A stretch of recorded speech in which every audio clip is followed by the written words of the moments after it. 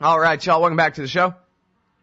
It's anti-war radio. Anti-pretty much everything radio. Anti-pretty much everything except Pepe Escobar. I love Pepe Escobar, man. He writes for the Asia Times Online. That's atimes.com, and we're featuring one on antiwar.com and the viewpoints today, the shadow war in Syria. Welcome back to the show. Wonderful to be with you, Scott, once again. Well, I'm very happy to have you here, and I've been asking you about this for weeks and weeks and weeks. I want to know everything in the world that I can about the revolution in Syria. The United Nations is calling it a civil war now. And I want to know especially about Western/Israeli intervention in Syria. So tell me everything that you know about Syria. Wow. The most important thing, Scott, is what we don't know, because, of course, this is a shadow war.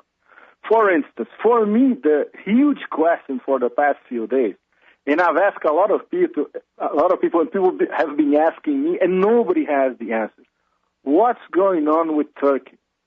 Until literally yesterday, they had an alliance, was the famous Ankara-Tehran-Damascus alliance. This was until a few months ago.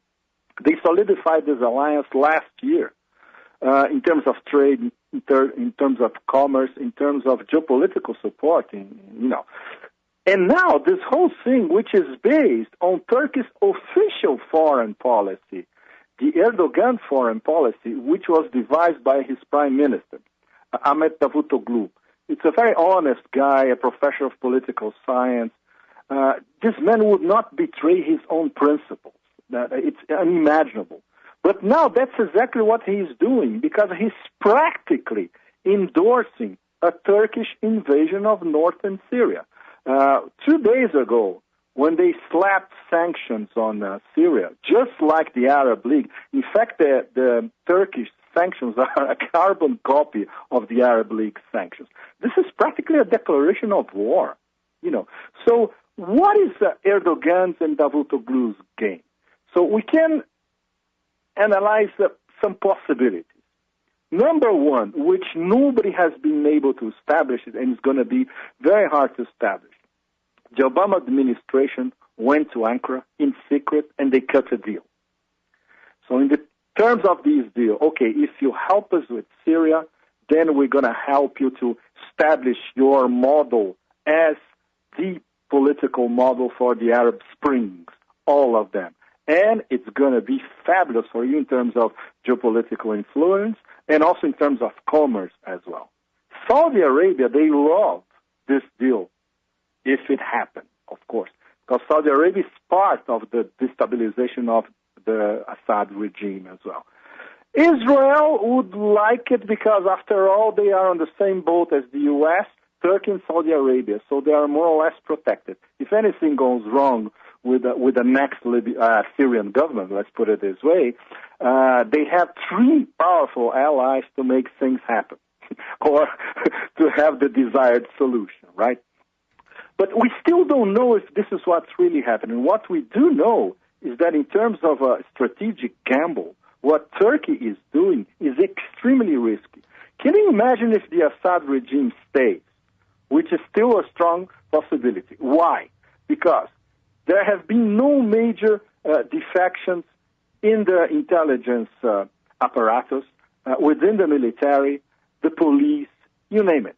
And even the bourgeoisie, let's put it this way, the upper middle class, the commercial classes, Sunni, not even Alawite, in Damascus and Aleppo, they're still wobbling, but they're still more or less expecting that the regime is going to fight this whole thing out in the beginning, or in the end. So it's very, very complicated, because then you start to see the situation on the ground. The unstable areas, let's put it this way, they are near the borders, and near two crucial borders. North, the border with Turkey, with Hatay province in Turkey, and they trade all the time. The people who live on both sides of the world, they are basically traders. There are a lot of Kurds over there as well. There are a lot of Christians, a lot of Druze, and a lot of Sunnis, much more than Alawites. And the southern border with Jordan and with Lebanon as well. So What we learned this week, and in fact, different sources learned the same thing, French sources, Turkish sources, and our sources we learned from Brussels directly, from dissident diplomats, these people who work in Brussels. but they're there to defend their salaries, basically, but they don't agree what NATO and the European Union is doing. They said, look, it's true. They have already established this coalition of the willing. They established a command and control center in Hatay province in Iskenderun. Iskenderun is a small town, but it's very close to the border. And from Iskenderun to Aleppo, it's like, I would say, like three and a half hours, by taxi, if you will. It's very, very close. And their program, basically, is more or less trying to destabilize the whole northern Syrian front.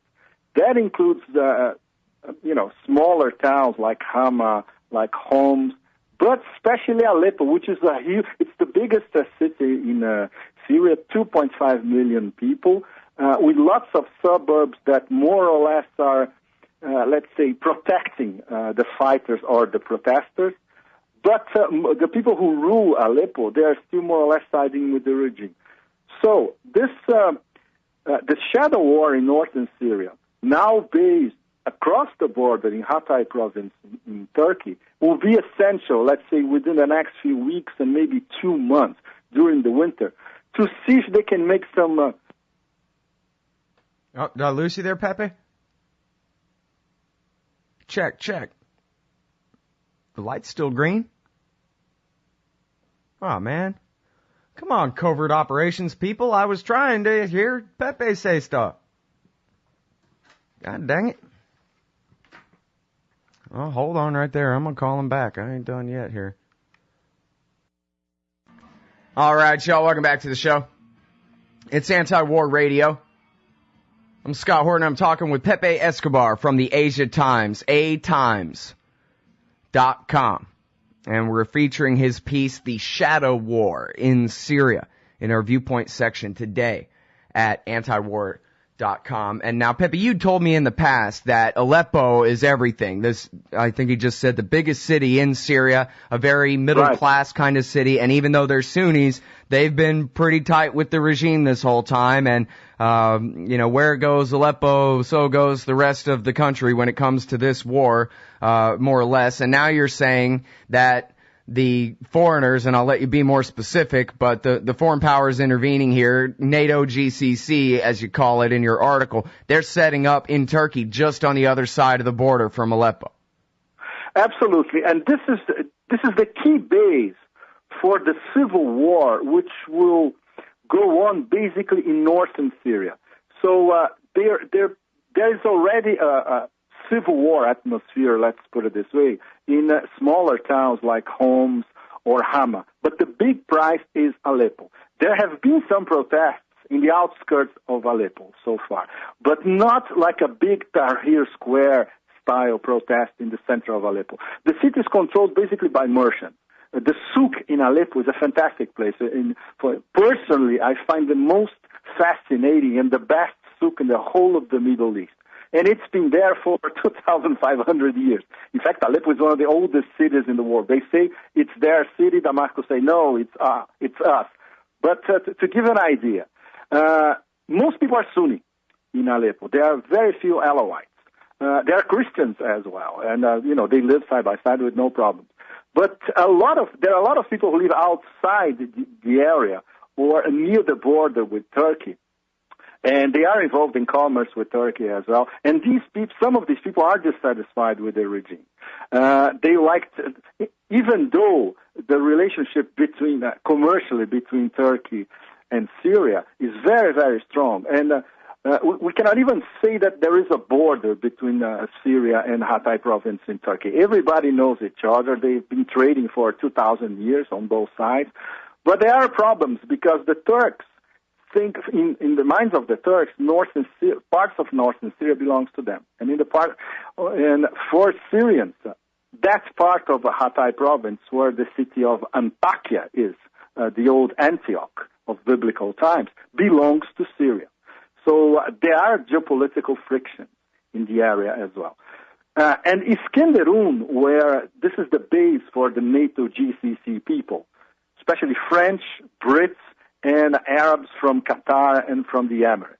They are very, very close to Antakya, which is a major commercial center, trades a lot with Aleppo. So they are very well based to launch, border raids, to train people, to do anything they want, with Turkey providing all the essential logistics for them. So the civil war that Hillary Clinton has been alluding to for the past few weeks, in fact, is going to take place in northern Syria. All right, so now tell us about the structure of this NATO GCC, as you call it here. Look, basically it's because what it comes down to, Pepe, if I understand the way the world works at all, if Turkey and Saudi Arabia and Qatar are backing the rebels in Syria, then that's because Washington, D.C. says so and organized the whole thing, right? No? Look, not necessarily, Scott. This is one of the components of the whole chess game, in fact. Saudi Arabia, Turkey, like we've been saying before, we still don't know their real motives to try to bring down the Assad government. One of the key motives is that they want to sell their brand of humanitarian intervention, which has worked in Libya. They were part of the coalition in Libya, and they are and in fact, they are taking the forefront in this coalition of the willing in Syria. It's to sell their political model to the Sunni Arab world, especially. Saudi Arabia, of course, because they hate any secular republic, just like they and in the short term, too, if they can bring down Assad, then they really weaken Iran. Exactly. And obviously for Saudi Arabia, it's this, the famous connection. Real men go to Tehran, but first they need a stop in Damascus. Right, so this is where the Saudi kingdom is eye to eye with the Likud party in Tel Aviv. Exactly. So they all agree on this. The Americans, Israelis, Turks, and all the Persian Gulf monarchies, in fact, not only Saudi Arabia, Jordan, most of the Sunni Arab world, in fact. They're controlling the Arab League nowadays. The Arab League nowadays, it's basically the GCC, the Gulf Cooperation Council. These people that I call Gulf Counter-Revolution Club, because this is what they are. They smashed the counter-revolution in the Persian Gulf, and now they're trying to smash the Arab Springs virtually everywhere. They couldn't do it in Tunisia, even though they invested heavily in the elections over there. But, the party who won in Al-Nada, the party who won in Tunisia, is a variant of the AKP in Turkey, which for the Saudis is okay. And the Muslim Brotherhood won, and it's winning the initial stages of the election in Egypt. And, for the House of Saud, it's absolutely perfect. The House of Saud would love a government in Egypt with the Muslim Brotherhood, which they are having more or less 40% of the votes. The Salafists, who got between 20 and 25% of the votes, can you imagine 65% of the votes? Muslim Brotherhood and Salafists will control the next Egyptian parliament. For Saudi Arabia, this is perfect. And what do they want in Syria? The same thing. They want the Muslim Brotherhood to be the top power in the new Syria. And it will be. Because especially in the countryside, and especially in these poorer areas near the borders, like, in northern Syria, near the Turkish border, or near the border with Lebanon, which is a very poor region as well, and near the border with Jordan, which is extremely poor. There's a place called Dera, which is very important in terms of the protest movement. But it's an extremely, it's almost sub-Saharan African in its poverty over there. So obviously they look at Damascus, they say, oh, those people over there, they're doing right, and we are here left to the dogs. So for Saudi Arabia, it's Muslim Brotherhood in power in Syria. This is what they want, basically. We still go back to the same point. What are the Americans doing that we don't know? They're taking the back seat. They part of this supposed deal that they probably clinched with Ankara is, okay, you take the forefront in this campaign in Syria, and we won't do anything. We will provide you some help if you need it later on, but NATO will coordinate all this. So from the point of view of NATO in Western Europe is France. from the point of view of NATO in the bridge between Europe and Asia is Turkey, and the GCC is the Arab ally, which is now solidified. It's NATO GCC, it's true. GCC is now part of NATO for all practical purposes. Right. So the Americans are outsourcing to the French the control over the Saudi policy in Turkey against Syria? Or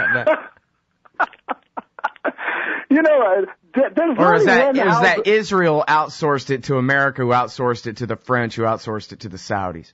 Yes, that's a very good way of putting it, because the interests, they converge in terms of a counter-revolution after the Arab Spring, and in terms of controlling how these different springs go from now on. Mm-hmm. They are all on the same boat, and it's also inbuilt in this ideological convergence is the Sunni-Shiite divide. They are playing the Sunni-Shiite divide to kingdom come.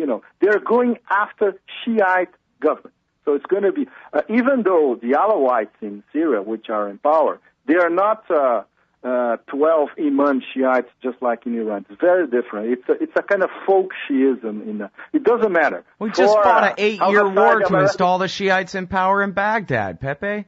Exactly, because that's, okay, very good, because this is also part of the failure of what happened in Iraq. Because, after the Greater Middle East, the Bush administration version, what did we get in Iraq? We got a Shiite majority government, which is very close to Iran. Doesn't mean that they are subordinated to Iran. No way. They are very independent. They consider themselves Arab first, and then Shiite. Mm-hmm. So they have a religious connection with the majority Shiites in Iran. For instance, and Maliki has come out and taken the side of Bashar al-Assad a few times, just in, the last few months. Now, hold it right there. Let me keep you one more segment after this break, can I? Okay. All right, everybody, it's Pepe Escobar from the Asia Times, atimes.com, the shadow war in Syria. It's in the viewpoints at antiwar.com right now. All right, y'all, welcome back to the show. It's Anti-War Radio. I'm Scott Horton. And I'm talking with Pepe Escobar from the Asia Times online, atimes.com. And we've got an article in his latest article in the Viewpoint section today at antiwar.com. It's called The Shadow War in Syria. And let me just say, for my part, I'm pretty sure Pepe Escobar agrees with this. This show is not about supporting dictators. It's about opposing American intervention in the affairs of other nations. So I'm perfectly happy to see anyone overthrow their government, any government. But I just don't want it to be America's problem, really, is all. Yeah, and Scott, something very important. Progressives all over the world, in the U.S., in Latin America, in Europe, in Asia, of course, you can be against a police state like Syria, and you can also be against this bunch of dodgy opportunists that it's the Syrian National Council, which is the same as the Libyan National Council. And we saw what happened in Libya, and we saw what's going to happen in Libya with these people in power in Tripoli. So in Damascus, it's going to be the same thing if they take power as well. You can be against both. Yep. Well, and, looking at the situation in Libya, I think it was you that broke the story first that this guy, Belhaj, who is a veteran of the Iraq War where he fought against the Americans, is the military commander there. And then you're writing in this article how the politicians on the National Transition Council in Libya are in a big hurry to export as many of these lunatic fighters as they can to go fight in Syria just so they're not hanging around in North Africa. Absolutely. They had a meeting, the TNC in Libya, and absolutely appalling Syrian National Council. By the way, I recommend everybody, there's an interview with the leader of the Syrian National Council at the Wall Street Journal today. And it's very interesting to read this interview because he's all the right noises to appease Washington, Tel Aviv, the West in general, Paris, London, and all that.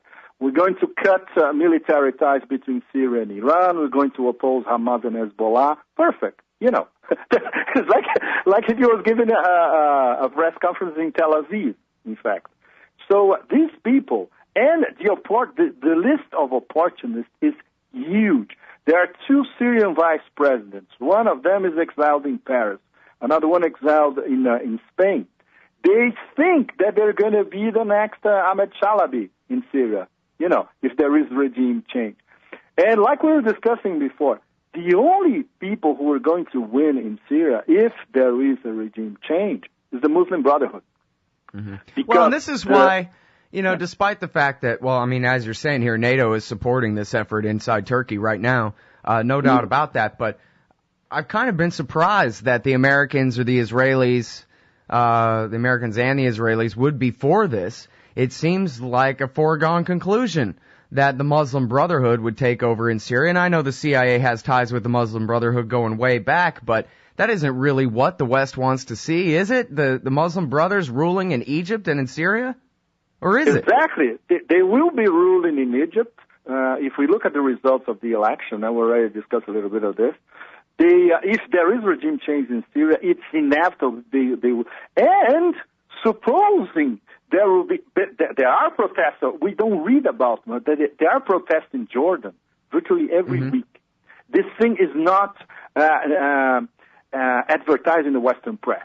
And King Abdullah, the little king of PlayStation Abdullah over there, who's his dream is to live in New York City or in Washington, not rule his own people. In fact, he could fall easily. Most of the population in Jordan, they are Palestinians. They don't like the monarchy, the Hashemite monarchy.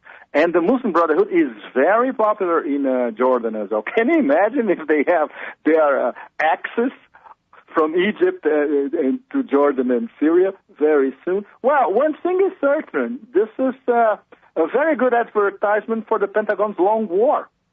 Mm-hmm. Well, and for the theory of blowback, too, and just, you know, you see how one intervention causes the next. This whole Arab Spring is the result of all the dollar inflation to pay for the war in Iraq, and plus the radicalizing of the Muslim world, just as Michael Scheuer predicted before the thing started. He said we're going to complete the radicalization of the Muslim world that bin Laden was trying and failing after all these years to achieve. And that's exactly what we've done, is we've made everybody hate their local American-backed dictator more than ever. And at the same time, we made it so much harder for them to afford to feed their family, they all went out in the streets to protest. So then they take the blowback from the last 10 years of intervention, and then they use that as the excuse to go ahead and intervene even more and carry out more of the clean break agenda and overthrow Libya and Syria and expand further into Africa and, you know, into sub-Saharan Africa and the rest of it too. So it doesn't matter whether they deliberately create the crisis or not. No matter what they do, it's always such a bad screw-up that it creates the excuse for their next intervention. And on we go. Absolutely. It's how long before we're occupying Algeria? Yeah, it's pursuing the targets of the long war through other means.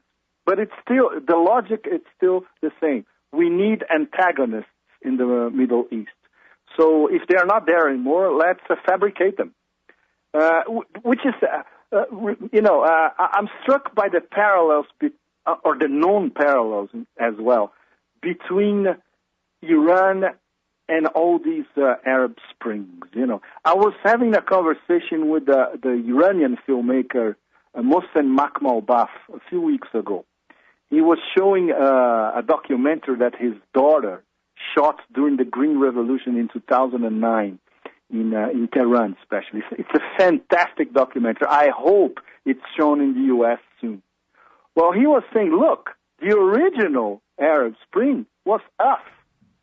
In 2009 in Tehran, when we noticed that the regime had stolen the elections in favor of Ahmadinejad, basically.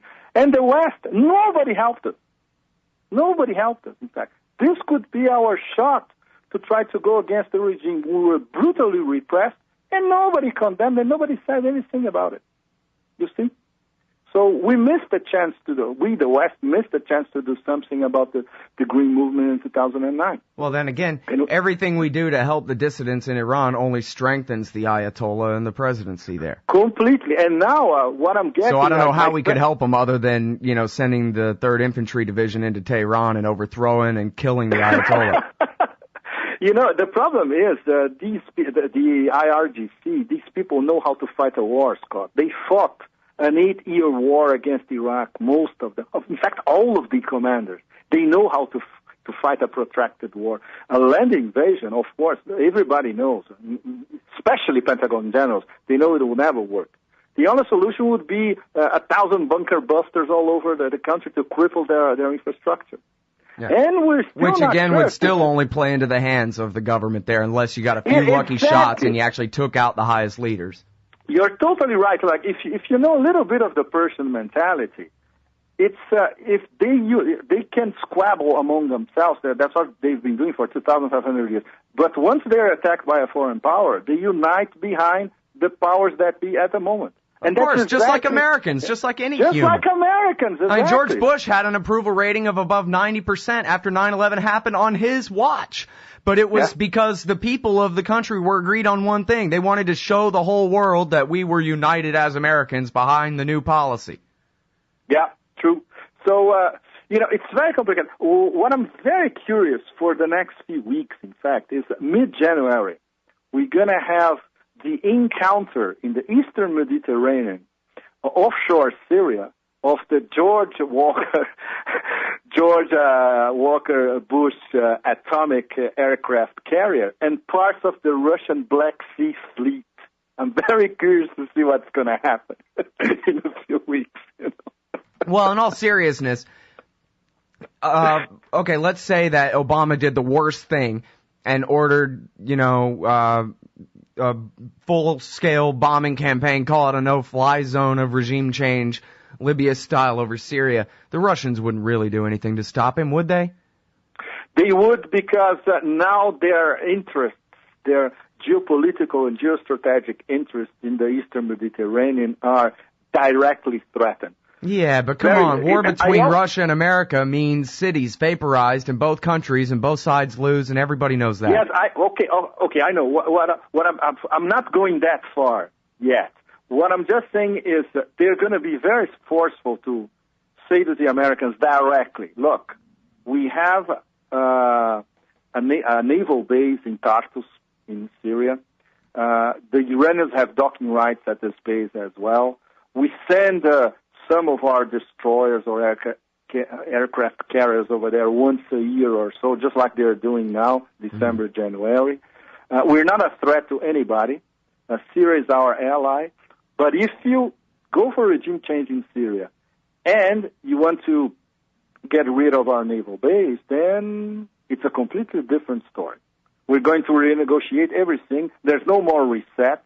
Missile defense, we're going to put our missiles in Kaliningrad directly against European cities, and they will know, and they won't go for it, again, because it's going to be Cold War all over again. Yeah. We're going to fuck up with your northern distribution network in Afghanistan, so this means you won't be able to do what you're having to do now, because the Pakistanis, they closed the roads from Karachi to Shaman and to the Khyber Pass, right?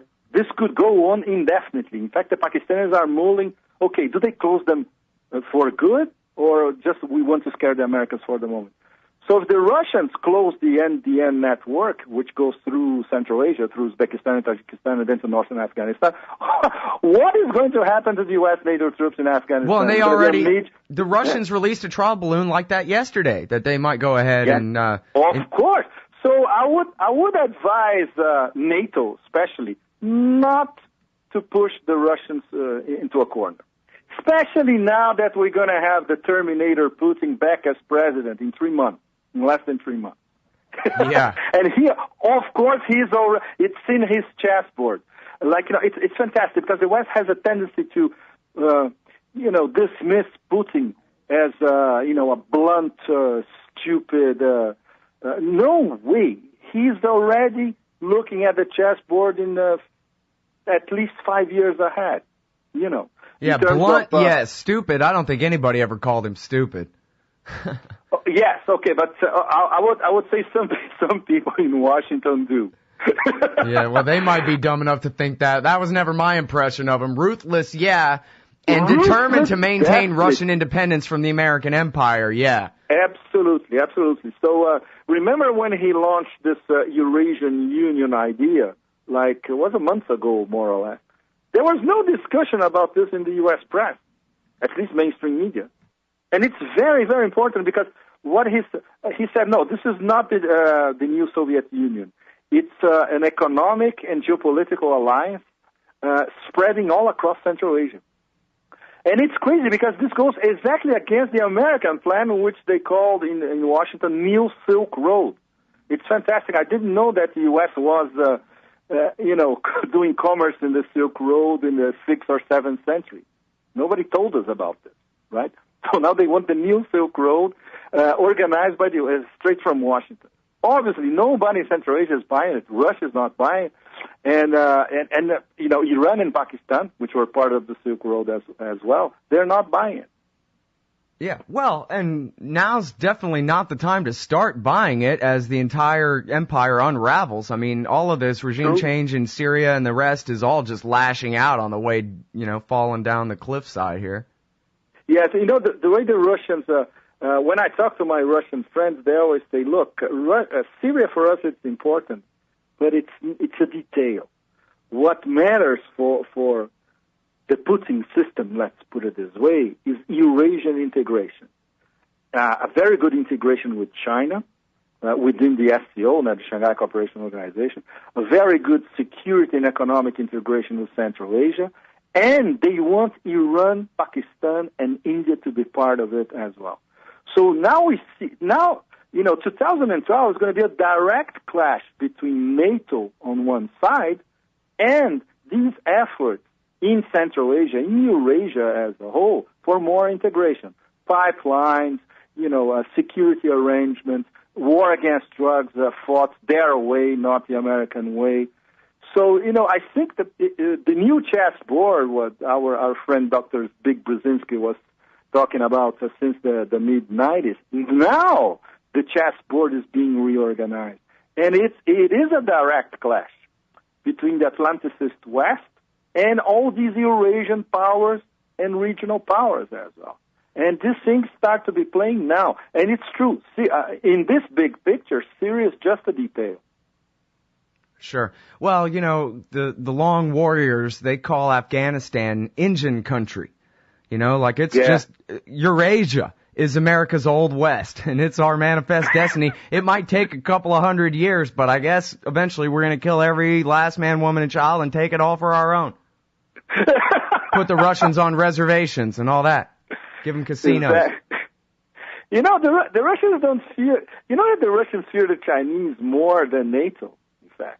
Because the Russians think that China is going to take over eastern Siberia. They're going to send, one of these days, we're going to have 300 million Chinese taking over eastern Siberia. That's what I think, too. They're really afraid of, Yeah, no, that's what I think, too. And especially from the point of view of the Russians, what's going on with the Americans and their arc of crisis and all this is only a temporary blip. Assuming it doesn't lead to a full-scale war between us and the other major powers there, America's coming home. Eurasia is not Indian country. It's not America's Old West. The supply lines are just too long and too dependent on neighbors who don't really want to cooperate with us. It just can't work. So, it isn't going to be because the people elect Ron Paul and he brings them all home. It'll be because the dollar just breaks and the empire falls apart like the Soviet Empire fell apart 20 years ago. No, it's true. And in terms of oil and gas, the U.S. could solve its problem by dealing within the Americas. They don't need Saudi Arabia. They could do more deals with Venezuela, with Canada, and in a few years with Brazil as well. As we've talked about, it's not really about the price of a gallon of gas. It's about, in the event of a major conflict with, say, China, can we cut off their fuel supplies? It's a Pentagon plan, not a Houston one, really. Exactly, which is all the rationale behind Obama and Hillary's Pacific Century. Nah? Remember that enormous piece that Hillary published in Foreign Policy magazine last month? That's it. We're going after you, Chinese Navy, and the Indian Ocean and the South China Sea is going to be an American lake as well. And the Chinese are saying, really? Well, it's funny because there's this great book, Island of Shame, about the Chagosians from Diego Garcia and how they got all their land stolen from them and all that. And one of the things he talks about in there is about the Pentagon plan for, looking forward to 2020 and that kind of thing, is they recognize that they're getting kicked out of Eurasia, that they can't just keep 1,000 bases all over the Middle East and Central Asia the way they have them. They can't afford it. The American people, eventually the political will here to support it, will end up deteriorating. And so then their plan, of course, is just to resort to the threat of ultimate air power. And the quote was, I guess it was the Navy plans to be able to run the world from Guam and Diego Garcia by 2015, which is actually just over the horizon from now.